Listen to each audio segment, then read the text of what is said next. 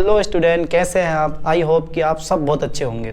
और आज का हमारा टॉपिक है प्रिज्म द्वारा श्वेत प्रकाश का बड़ विक्षेपण। चलो स्टार्ट करते हैं फिर। तो सबसे पहले मैं हेडिंग डालता हूं, प्रिज्म द्वारा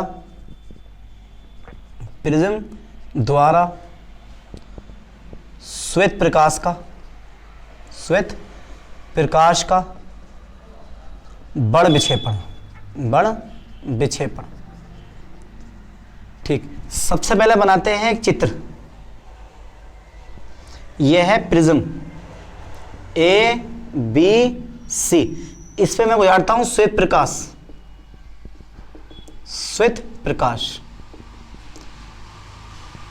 अपवर्तन के पश्चात इस दिशा में जाता है, फिर यहां से अपवर्तन के पश्चात निर्गत हो जाता है। ठीक है, ये जो कलर मैंने बनाया, इस कलर का नाम दिया मैंने येलो। इसके ऊपर ठीक दो रेखाएं आती हैं, यानी कि इसके ऊपर दो कलर आते हैं।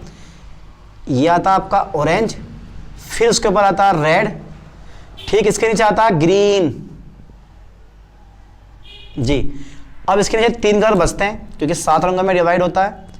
एक कलर आता है हमारा ब्लू, देखो ये आ गया ब्लू, फिर इंडिगो, फिर इसके बाद में वायलेट, इंडिगो और ब्लू। अगर मैं इसको पर्दे पे प्राप्त करूं, तो पर्दे पे जब प्राप्त करोगे तो V4 होता है। ये जो इसका जो मैंने कलर लिया है, यह है वायोलेट यानी कि बैंगनी, फिर इंडिगो, फिर ब्लू, फिर से आगा ग्रीन, फिर येलो, ऑरेंज, और फिर लास्ट में आता अपना रेड कलर। ठीक है, तो अगर इसकी आप परिभाषा लिखोगे तो परिभाषा है इसकी श्वेत प्रकाश का, यानी कि जब श्वेत प्रकाश किसी प्रिज्म से होकर गुजरता है, तो 7 रंगों की किरणों में विभाजित हो जाता है। इस घटना को वर्ण विक्षेपण कहते हैं। एक बार और, जब श्वेत प्रकाश किसी प्रिज्म से होकर गुजरता है तो 7 रंगों की किरणों में विभाजित हो जाता है। इस घटना को वर्ण विक्षेपण कहते हैं। चलो मैं इसको लिख देता हूं। जब श्वेत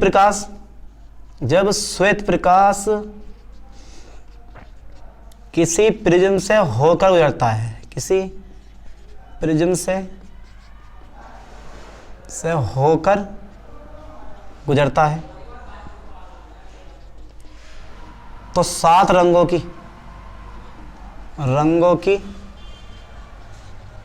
किरणों में विभाजित हो जाता है। इस घटना को वर्ण विक्षेपण कहते हैं। ठीक, अब देखो, नीचे से ऊपर की ओर रंगों का क्रम, सबसे नीचे वायलेट जिसे आप बोलते हो बैंगनी, उसके ऊपर इंडिगो जिसे आप बोलते हो जामुनी। तो नीचे से ऊपर की ओर रंगों का क्रम, पहले वायलेट, फिर Indigo, blue, green, yellow, orange और सबसे लास्ट में रेड आता।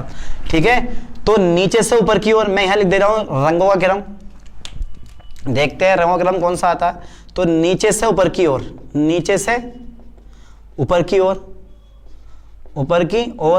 जो रंगों का क्रम आता है, सबसे नीचे कौन सा है? वायलेट, यानी कि इसको आप हिंदी में बोलोगे आप बैंगनी। इसके ऊपर इंडिगो, इसको बोलोगे आप जामुनी। ठीक, उसके बाद ब्लू, पता ही है आपको नीला होता है, फिर ग्रीन, इसके बाद में येलो, फिर ऑरेंज, फिर लास्ट में आता है रेड होता है।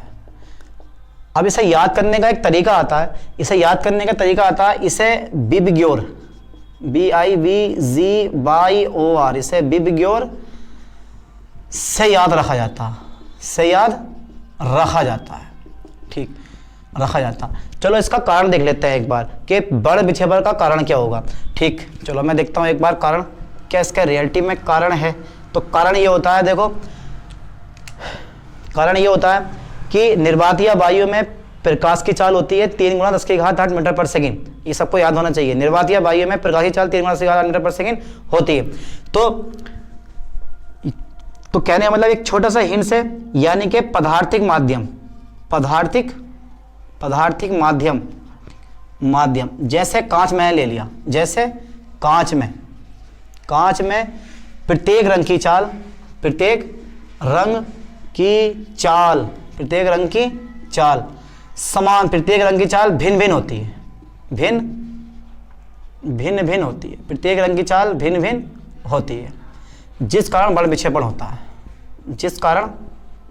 जिस कारण बल विक्षेपण होता है, बस बल विक्षेपण होता है। ज़्यादा नहीं, 2 ही लाइन है बस, एक लाइन मेन पॉइंट अपना कि पदार्थिक माध्यम जैसे कांच में प्रत्येक रंग की चाल भिन्न भिन्न होती है, जबकि अगर आप निर्वात की बात करोगे, वायु की बात करोगे तो वहां पर प्रत्येक रंग की चाल समान होती है और होती कितनी है 3 × 10⁸ मीटर पर सेकेंड। इसके बाद में देखो, अगर मैं कंपेयर करूं तो सबसे पहले मैं लेता हूं रेड कलर और उसके बाद लेता हूं मैं वायलेट कलर।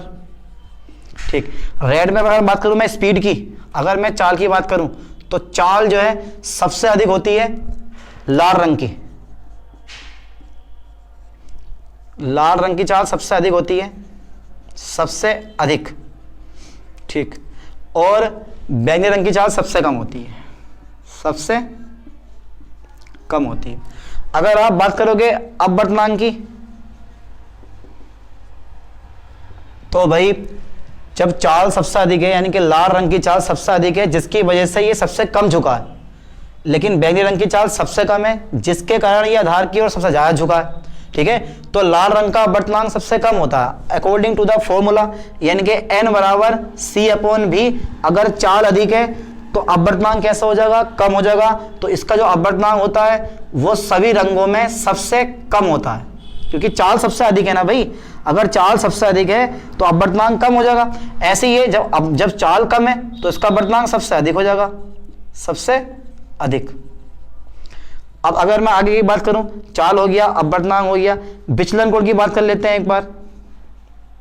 विचलन कोण की बात कर लेते हैं। तो जो विचलन कोण है, देखो एक तो फॉर्मूले से प्रूफ होता है, मैं डायरेक्ट बता देता हूं। देखो विचलन कोण जो है, ये जब मैं किरण आगे बढ़ाऊंगा, ये वाली किरण, तो इस किरण को आगे बढ़ाने पर जो आपका विचलन कोण होता है ये वाला, इसका विचलन कोण इतना कम है। और अगर मैं बैंगनी रंग का विचलन कोण निकालूं तो वह बैठेगा इतना। तो बैंगनी रंग का विचलन कोण सबसे अधिक होता है और लाल रंग का विचलन कोण सबसे कम होता है। तो विचलन कोण सबसे कम होता है बैंगनी रंग, लाल रंग का सबसे कम, और बैंगनी रंग का सबसे अधिक होता है, सबसे अधिक। ठीक है, चलो अपवर्तनांक की बात कर लेते हैं, तरंग दैर्ध्य की बात करते हैं। लाल रंग का तरंग दैर्ध्य कितना होता है, तो इसका आता है लैम्डा का मान लगभग 7500 एंगस्ट्रॉम और इसका मान आता है लगभग 4000 एंगस्ट्रॉम। तो ये जो तरंग दैर्ध्य है आपकी, ये लाल रंग की सबसे ज्यादा होती है और बैंगनी रंग की सबसे कम होती है। ठीक है, तो मैंने एक कंपेयर कर दी कि भैया लाल रंग की चाल सबसे अधिक होती है और बैंगनी रंग की चाल सबसे कम होती है। जब चाल सबसे कम है तो जिसके कारण ये आधार की ओर सबसे अधिक झुकता है। ठीक है, उसके बाद में अपवर्तनांक की बात करी आपने, तो अपवर्तनांक लाल रंग का सबसे कम होगा क्योंकि चाल सबसे ज्यादा है, और बैंगनी रंग का अपवर्तनांक सबसे अधिक हो जाएगा क्योंकि चाल सबसे कम है। चाल कम, अपवर्तनांक ज्यादा, चाल अधिक तो अपवर्तनांक कम। अब इसके बाद में विचलन कोण, विचलन कोण आप देख रहे हो, लाल रंग का विचलन कोण इतना है और बैंगनी रंग का विचलन कोण इतना है। तो बैंगनी रंग का विचलन कोण सबसे अधिक और लाल रंग का विचलन कोण सबसे कम होता है। तरंग दैर्ध्य की बात करोगे तो तरंग दैर्ध्य जो है वो लाल रंग की तरंग दैर्ध्य 7500 एंगस्ट्रॉम होती है और वायलेट यानी कि बैंगनी रंग की तरंग दैर्ध्य 4000 एंगस्ट्रॉम होती है। थैंक्स।